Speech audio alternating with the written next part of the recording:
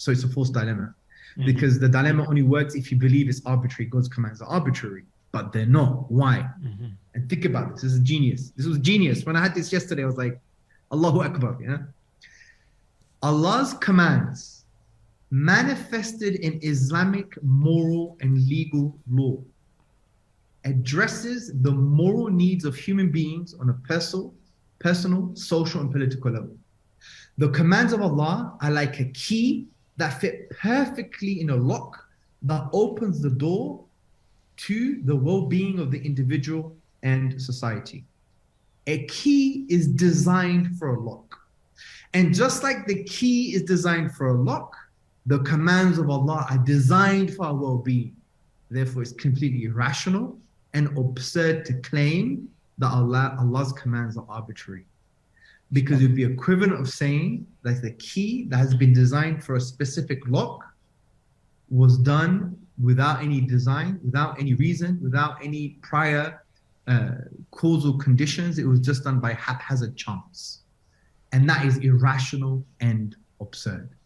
Therefore, Allah's commands are not arbitrary because it's just like a lock, a key that fits into a lock.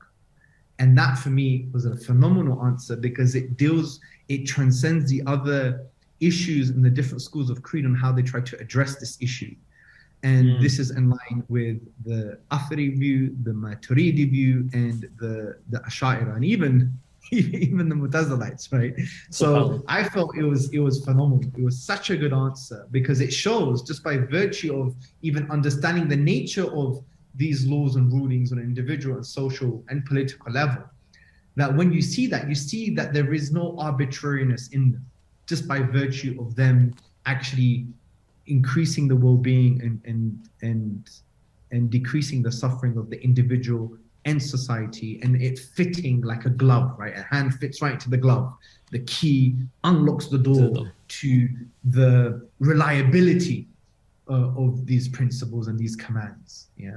So from that perspective, it is irrational to claim that they're arbitrary. It would be equivalent of saying that, if you go to a public park and you see an arrangement of flowers and it says "I love you," then you would claim that arrangement of flowers just happened by chance or just a gust of the wind. No, it's not. It's actually it's responsible by the local council, the local government, or a gardener. It's not just, you don't rely on the arbitrary notion of just random chance. That would be an irrational postulation. So from that perspective, Allah's commands are not arbitrary. So yes, it is because Allah commanded it, but His commands are not arbitrary. Therefore, it is a false dilemma. Allahu Akbar. And I would just summarize all of this with the words of the 14th century scholar, Ibn al-Qayyim.